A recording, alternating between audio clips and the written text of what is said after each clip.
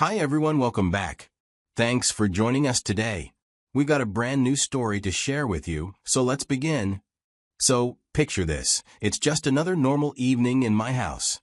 My son, Caleb, is upstairs finishing his homework. Meanwhile, it's just me and Lauren, my wife of 6 years, sitting at the dinner table. I'd love to say we were having a deep, meaningful conversation, but the truth? It was dead silent. She barely touched her food, just pushing it around with her fork, like she was lost in thought. At first, I assumed maybe she had a rough day, or she was just tired. But the way she kept avoiding eye contact, something was off. So I finally spoke up. "Everything okay?" She stopped moving. Then, she looked up at me, and that was the moment everything changed. "I think we should try an open marriage," she said. I swear, for a second I thought I misheard her. I blinked, my brain scrambling to make sense of what she just said. What? She didn't even hesitate or laugh. She just leaned back in her chair, arms crossed, and said, "I just think maybe we should have more freedom. Explore things. It could make our relationship stronger." Stronger? My mind was racing, but at the same time it felt like everything just slowed down. There was no shame in her voice, no guilt. It wasn't like she was testing the waters or worried about my reaction. She had already made up her mind. And that's what scared me the most. I could have blown up right there. I could have demanded to know what she was thinking if there was already someone else, if I was just the last to find out. But I didn't. Instead, I just sat there for a moment. When I finally spoke, my voice came out calm, steady. "That's not the marriage I signed up for." I kept my eyes locked on hers. "If you're tired of this, just say it." She didn't flinch, didn't waver. She just shrugged and said, "I figured you'd say that." Then, just like that, she stood up, picked up her plate, and walked away. It was like she had already moved on in her head. And that's when it hit me. This wasn't a conversation. It wasn't even a request. It was a decision she had already made. She wasn't waiting to see what I thought about it. She was just informing me. And later, I found out exactly where this was coming from. Lauren had a friend who did the same thing, talked her husband into opening their marriage while still keeping his money, his home, and his stability. And Lauren? She had been watching, waiting, imagining herself in that exact situation. She wanted the best of both worlds. A husband for security, other men for excitement. And the worst part? She actually thought I'd be okay with it. The next morning, I woke up to an unfamiliar silence. No good morning from Lauren, just silence. When I walked into the kitchen, she was already there, coffee in hand, scrolling through her phone like I wasn't even standing in the same room. I waited for some kind of acknowledgement, a glance, a nod, a single word. Nothing. Usually, we at least exchanged a simple "have a good day" before leaving for work. Not today. When I finally said, "Morning," she didn't even look up. Just took a sip of her coffee and kept scrolling. That day at work, I checked my phone a few times, expecting maybe a casual text from her. Again, nothing. No updates, no check-ins, and no questions about how my day was going. It was like I didn't exist. That night at dinner, the distance between us felt physical, like there was a wall between our seats at the table. I tried to talk to her, but her responses were short, clipped, and lifeless. Okay. Yeah. That was all I got. The woman I had shared my life with for 6 years now treated me like a stranger. And the worst part? She didn't seem to care.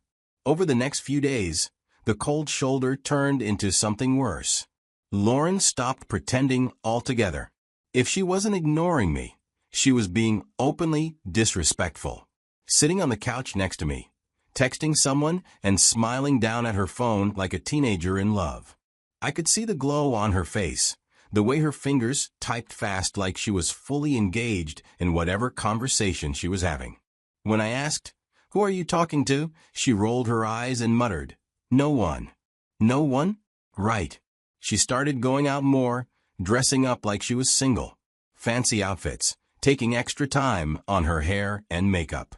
If I asked where she was going, her answers were vague at best. Out with friends, she'd say, slipping on her heels.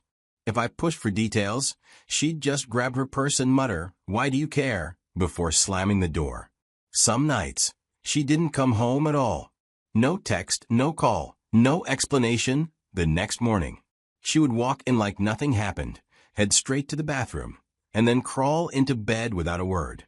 I could smell alcohol, but I kept my cool because I knew what would happen if I said anything. She'd just roll her eyes, laugh in my face, and tell me I was paranoid.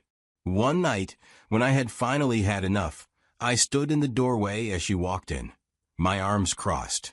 "Lauren, we need to talk." She looked up at me, smirked, then laughed. "No, we don't," she said, brushing past me.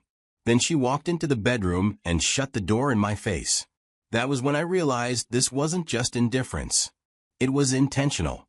She wanted me to feel worthless. It's one thing to feel like your wife doesn't care about you anymore. It's another thing when your child starts noticing it too. One evening, I was standing in the kitchen clearing the dinner table, when Caleb looked up at me with his big, curious eyes. "Dad, why doesn't Lauren eat with us anymore?" For a second, I didn't know how to answer. How do you explain to an 11-year-old that the woman he considers family doesn't care about sitting at the same table as us anymore? That she chooses to ignore us? I forced a smile, ruffling his hair. "She's just been busy, buddy." He nodded, not questioning it. But the way he looked at me, he probably knew I was lying. That night, after Caleb went to bed, I sat alone in the living room, staring at nothing. I felt like a ghost in my own home, like I was slowly disappearing, and Lauren didn't even have the decency to pretend to care. I got to my breaking point one night. It was late, 2 a.m., to be exact, when I woke up to the sound of quiet giggles beside me.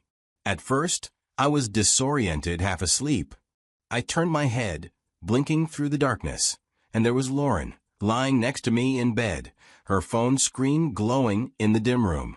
Her face was lit up. I didn't say anything at first. I just watched.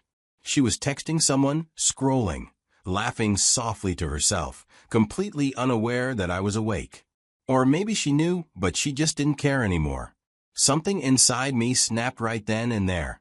Up until that moment, I had been holding on, trying to rationalize her behavior, telling myself that maybe this was just a phase. But watching her in that moment, smiling at another man through a screen while lying in our bed, made something very clear to me. She wasn't coming back. And more than that, she thought I would just sit there and take it. Not anymore, I told myself.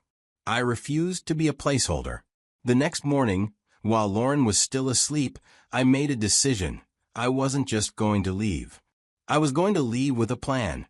From that moment on, I started documenting everything. Every late night she came home without an explanation.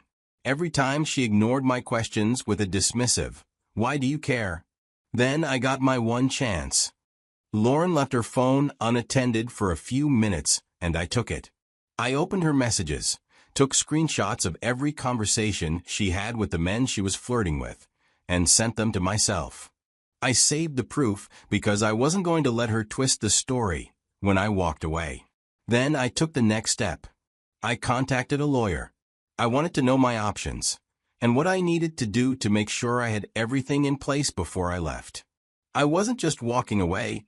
I was making sure Lauren would have no hold over me once I was gone. After that, I spoke to my boss. I had been wanting to transfer to another state for a while now, but I had never gone through with it because of Lauren. Now, that hesitation was gone. My boss approved it almost immediately. The last thing I did, I secured an apartment in my new city. Everything was set. A fresh start was waiting. All I had to do now was wait for the perfect moment. Leaving wasn't something I could do overnight. I had to be patient and watch. And what I saw only confirmed my decision. Lauren spiraled deeper into selfishness. She wasn't even pretending anymore. She made no effort to hide her disinterest, her disrespect. She left when she wanted and came back when she felt like it. If I asked a question, she looked at me like I was annoying her. And Caleb? She barely acknowledged him, although he is not her biological child. It was like he didn't exist to her. She was so focused on chasing the life she thought she deserved that she didn't even care about the boy who lived under the same roof as her. That was when I knew it was time to go. Lauren probably woke up late the morning we left. She had gotten comfortable in her routine, sleeping in, taking her time before rolling out of bed, knowing she didn't have to rush for anything. But then, she would have noticed something. The house was too quiet. Maybe at first, she wouldn't think much of it.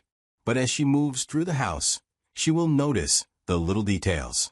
She will find the final piece when she wanders into the kitchen for her morning cup of coffee, which she takes every morning. I set the envelope on the kitchen counter, right beside the coffee machine. I knew she would find it there, the moment she reached for her first cup of the day. Inside, the divorce papers.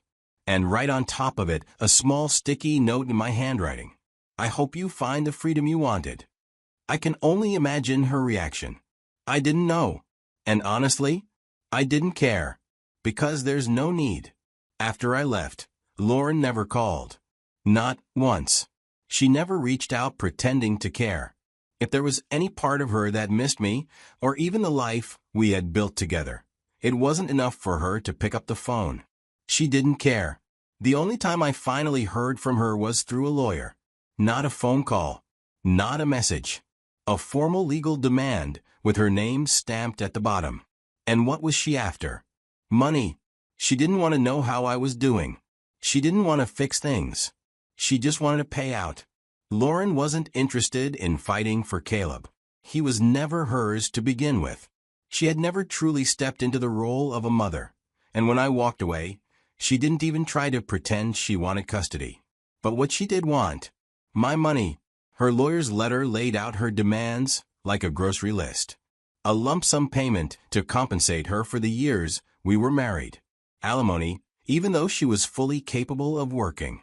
And the most ridiculous part? Half of my assets. She actually believed that after everything she had done, I would still be responsible for maintaining her lifestyle. It was almost laughable. The entitlement. The sheer audacity. She wasn't asking for what was fair. She was asking to be rewarded for treating me like garbage. But I had no intention of playing along. Walking into that courtroom, I already knew how this was going to end. I had spent months preparing, gathering every piece of evidence I needed to make sure she didn't get a single cent from me. I had documented her late nights, her indifference, her blatant disrespect.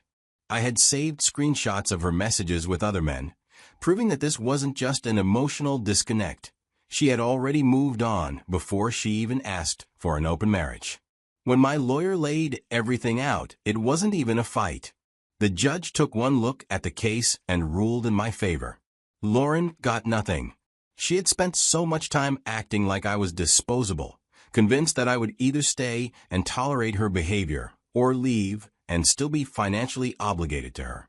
But now, she had gambled and lost everything. She had no one to blame but herself. It had been over 2 years since I walked away. 2 years since Caleb and I packed up and left that house behind. In all that time, Lauren never reached out. She was perfectly fine with it, and I had moved on. I wouldn't say I was completely healed, but I was better. I was no longer waiting for an apology or some last-minute realization from her. I had come to terms with the fact that there would never be closure. Then, out of nowhere, my phone rang. I was in the middle of making dinner when I saw the name flash across my screen. Lauren. I had no idea why I didn't delete her number. For a second, I just stared at it. My fingers hovered over the screen, debating whether to pick it up or just let it ring out. What could she possibly want now? Part of me already knew. People like Lauren only reach out when they want something. Finally, I answered. George. Her voice was different. There was none of the confidence she once carried, none of the dismissiveness she had when she walked away from our marriage. I didn't say anything. I just waited. I just wanted to say I'm sorry. I let the words hang between us. I could hear the hesitation in her breathing, like she wasn't sure if I was going to hang up or hear her out. I was selfish, she continued, her voice barely above a whisper. I thought you would always be there. I didn't think you'd actually leave. I closed my eyes, inhaling deeply. There it was. The realization came far too late. Then, after a long pause, she said the words I knew were coming. I miss you. I felt nothing. Not anger. Not sadness. Just nothing. I exhaled, my voice calm, steady. Do you miss me? Or do you miss the fact that I loved you even when you didn't deserve it? The silence on the other end told me everything I needed to know. She tried again, her voice breaking. George, please. But I had already made up my mind. I wasn't that man anymore. The one who waited, who hoped, who let himself be an afterthought in his own marriage. Lauren, I hope you heal. But I'm not coming back. I hung up. For the first time in years, I felt free.